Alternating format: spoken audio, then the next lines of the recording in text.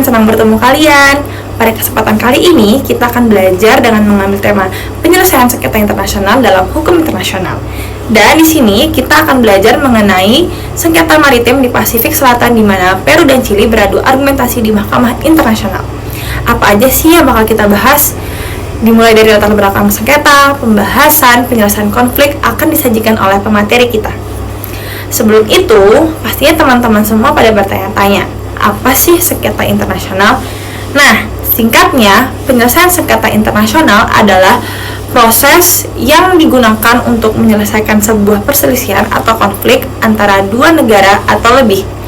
Dalam hukum internasional, penyelesaian sengketa internasional dilakukan dengan cara-cara yang berbeda, termasuk penyelesaian secara damai, diplomatik, melalui arbitrase internasional, pengadilan internasional, dan organisasi internasional regional atau dalam General Agreement on Trade in Service atau GATT, atau bisa dipanggil juga Perjanjian Organisasi Perdagangan Dunia atau WTO.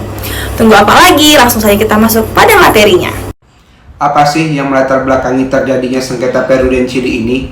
Sengketa ini berpusat pada perebutan wilayah maritim yang kaya akan sumber daya alam, memicu perselisihan antara kedua negara tetangga selama beberapa dekade. Puncaknya, pada tahun 2014, Peru menyerahkan kasus ini ke Mahkamah Internasional atau ICJ, pengadilan tertinggi PBB yang menyelesaikan sengketa hukum antar negara. Akar sengketa ini tertanam dalam sejarah, bermula dari Perjanjian Lima pada tahun 1929 dan Perjanjian Santiago pada tahun 1952 yang menetapkan batas maritim antara Peru dan Chili. Namun, interpretasi yang berbeda atas perjanjian ini membuka celah perselisihan, memicu perdebatan tentang batas maritim di dua area utama, yaitu area segitiga. Setelah pertimbangan panjang, pada tahun 2018, ICJ mengeluarkan keputusannya. ICJ memberikan sebagian kemenangan untuk kedua pihak, menetapkan batas maritim baru yang berbeda dari klaim awal mereka. Keputusan ini mengakhiri sengketa yang telah berlangsung lama dan memberikan kepastian hukum bagi Peru dan Chili terkait batas maritim mereka. Adapun ketentuan hukum internasional yang menyelesaikan sengketa laut, yang pertama ada Konvensi Hukum Laut Perserikatan Bangsa-Bangsa atau UNCLOS 1982, yang dimana konvensi ini mengatur berbagai aspek hukum laut, termasuk batas laut, menetapkan berbagai zona maritim, seperti laut teritorial, zona berdekatan, zona ekonomi eksklusif, landas kontinental, dan sumber daya laut. UNCLOS 1982 mengatur hak negara-negara pesisir atas sumber daya laut di zona maritim mereka seperti ikan, minyak, dan gas alam. Kemudian, UNCLOS juga mengatur tentang pelayaran, mengatur tentang hak dan kewajiban kapal-kapal di laut, termasuk hak lintas damai dan hak lintas alur laut kepulauan. Yang kedua, ada Konvensi tentang Penyelesaian Sengketa Laut secara Damai 1997, di mana konvensi ini mewajibkan negara-negara untuk memilih salah satu mekanisme penyelesaian sengketa yang tersedia dalam lampiran konvensi sebelum membawa sengketa ke Mahkamah Internasional. Dan yang ketiga, ada Mahkamah Internasional atau ISG, yang di mana ISG ini adalah pengadilan tertinggi Perserikatan Bangsa-Bangsa yang berwenang untuk menyelesaikan sengketa hukum antar negara. ISG dapat menyelesaikan sengketa laut berdasarkan UNCLOS 1982, Konvensi 1997, dan hukum internasional lainnya. Teman-teman pasti bertanya-tanya, bagaimana sih kronologi sengketa maritim antara Peru dan Chili di Mahkamah Internasional? Nah, pada tahun 1929 terjadi Perjanjian Lima yang ditandatangani oleh Peru, Chili, Ekuador, dan Kolombia. Perjanjian ini menetapkan batas maritim antara Peru dan Chili di Pasifik Selatan. Lalu selanjutnya pada tahun 1947 terjadi deklarasi antara Peru dan Chili. Kedua negara ini mengeluarkan deklarasi tentang batas maritim mereka, yang memicu perselisihan karena terjadi interpretasi yang berbeda antara Peru dan Chili atas Perjanjian Lima.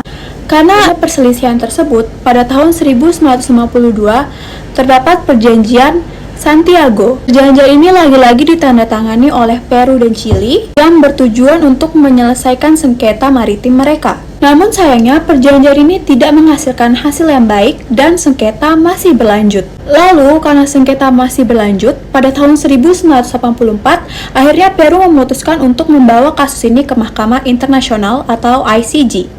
Peru mengajukan gugatan ke ICJ untuk menyelesaikan sengketa maritim dengan Chili.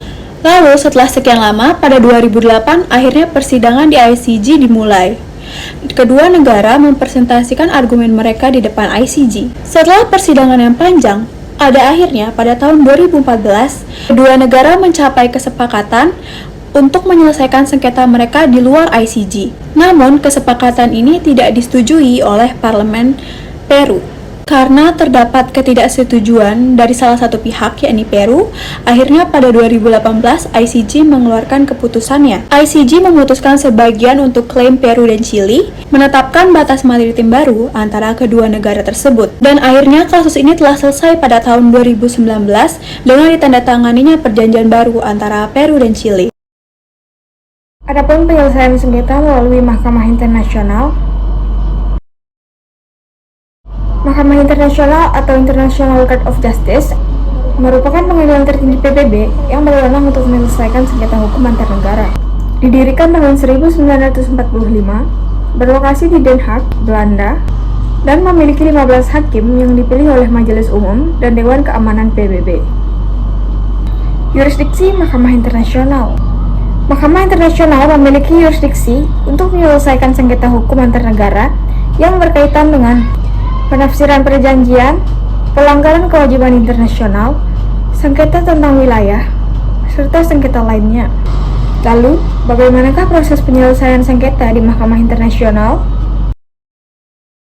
Pengajuan sengketa di Mahkamah Internasional diawali dengan pengajuan gugatan oleh salah satu negara yang bersengketa, di mana gugatan tersebut harus memuat uraian tentang sengketa, dasar hukum yang diajukan, serta tuntutan yang diajukan.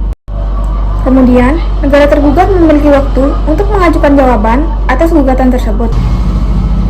Setelah menerima jawaban tergugat, Mahkamah Internasional akan mengadakan persidangan, di mana dalam persidangan tersebut, kedua belah pihak dapat mempresentasikan dokumentasi mereka, baik lisan maupun secara tertulis. Mahkamah Internasional juga dapat meminta bukti dari pihak-pihak yang bersengketa maupun dari pihak ketiga. Setelah persidangan selesai, Mahkamah Internasional akan memberikan putusan yang mengikat kepada kedua belah pihak yang bersengketa. Putusan Mahkamah Internasional tersebut harus dipatuhi oleh negara yang bersengketa. Mahkamah Internasional memiliki kewenangan untuk memaksakan putusan tersebut.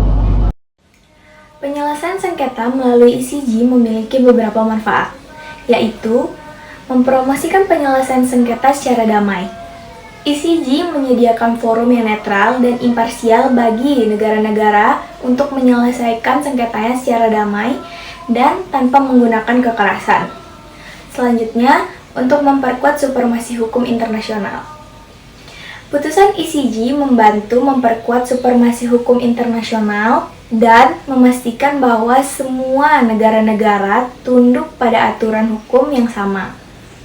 Selanjutnya, mencegah konflik. Penyelesaian sengketa melalui ICJ dapat membantu mencegah konflik antar negara dan mempromosikan perdamaian dan stabilitas internasional. Keputusan Mahkamah Internasional atau ICJ pada tanggal 14 Januari 2015, ICJ menetapkan batas maritim baru antara kedua negara yang sebagian besar menguntungkan Peru. Keputusan ini mengakhiri sengketa maritim yang telah berlangsung selama beberapa dekade antara kedua negara. Poin-poin penting dalam putusan ICJ yang pertama adalah ICJ menetapkan garis kedaulatan maritim yang membentang dari titik awal di pantai Peru ke titik akhir di persimpangan zona ekonomi eksklusif atau bisa disebut CEE, Chili dan Peru. ICJ memberikan sebagian besar wilayah yang disengketakan kepada Peru, termasuk wilayah yang disengketakan kepada Peru yaitu adalah Juan Fernandez. ICJ juga menetapkan hak penangkapan ikan dan sumber alam atau bisa disebut sumber daya alam atau SDA lainnya di bawah maritim yang baru ditetapkan. Dampak keputusan ICJ ini adalah keputusan ICJ merupakan penyelesaian definitif atas sengketa maritim yang telah lama berlangsung antara Peru dan Chili. Keputusan ini membantu meningkatkan hubungan bilateral antara kedua negara. Keputusan ini juga memiliki implikasi penting bagi hukum laut internasional. karena memperjelas aturan tentang penentuan batas maritim antara negara-negara tetangga. Nah teman-teman, hubungan internasional antar negara tidak selalu berjalan baik dan aman-aman saja. Terkadang perselisihan juga terjadi di hubungan tersebut. Untuk menyelesaikannya, banyak cara yang dilakukan oleh berbagai negara di dunia, seperti perundingan damai maupun kekerasan. Penggunaan kekerasan tidak dianjurkan, tetapi tidak juga dilarang.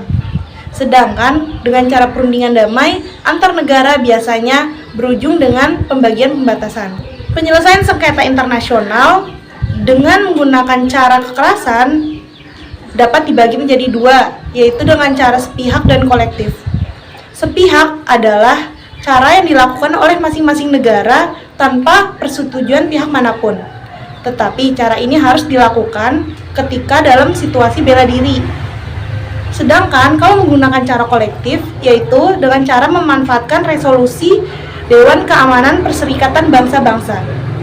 Nah teman-teman, dari pemateri-pemateri sebelumnya kita dapat menarik kesimpulan di mana sengketa maritim yang terjadi antara Peru dan Chili merupakan contoh penting tentang bagaimana perbatasan mewakili potret konflik yang direkayasa dengan garis buatan. Hal ini juga menunjukkan bahwa di zaman modern, negara-negara tidak harus menggunakan konflik bersenjata untuk menyelesaikan sengketa teritorial. Peru dalam hal ini berupaya untuk menyelesaikan sengketa perbatasan lautnya dengan Chili melalui International Court of Justice dengan mengikuti peraturan hukum internasional yang berlaku, karena ICJ merupakan badan hukum yang dapat mengadili berbagai sengketa yang diajukan kepadanya sesuai dengan ketentuan internasional yang berlaku, serta melalui peninjauan dan analisis mendalam tanpa merugikan salah satu pihak dan merupakan badan netral yang menyelesaikan masalah. Hasil putusan yang nantinya dikeluarkan oleh Mahkamah Internasional akan bersifat mengikat kepada berbagai pihak yang bersengketa, berselisih. Putusan Mahkamah Internasional juga akan bersifat final dan tidak dapat diajukan banding. Mahkamah Internasional sebagai badan yang bertindak sebagai peradilan internasional dapat memberikan jaminan kepada berbagai pihak dalam penyelesaian sengketa internasional secara adil, dan hasil putusan yang dikeluarkan akan mempunyai kekuatan hukum yang mengikat. Nah, bagaimana teman-teman dengan pembahasan sengketa Peru dan Chili oleh pemateri kita tadi? Tentunya banyak hal yang akan teman-teman pertanyakan, maka dari itu saya menyarankan teman-teman dapat mencari referensi lebih lanjut akan sengketa ini. Sekian dari kelompok kami yang dapat kami sampaikan. Terima kasih, sampai jumpa.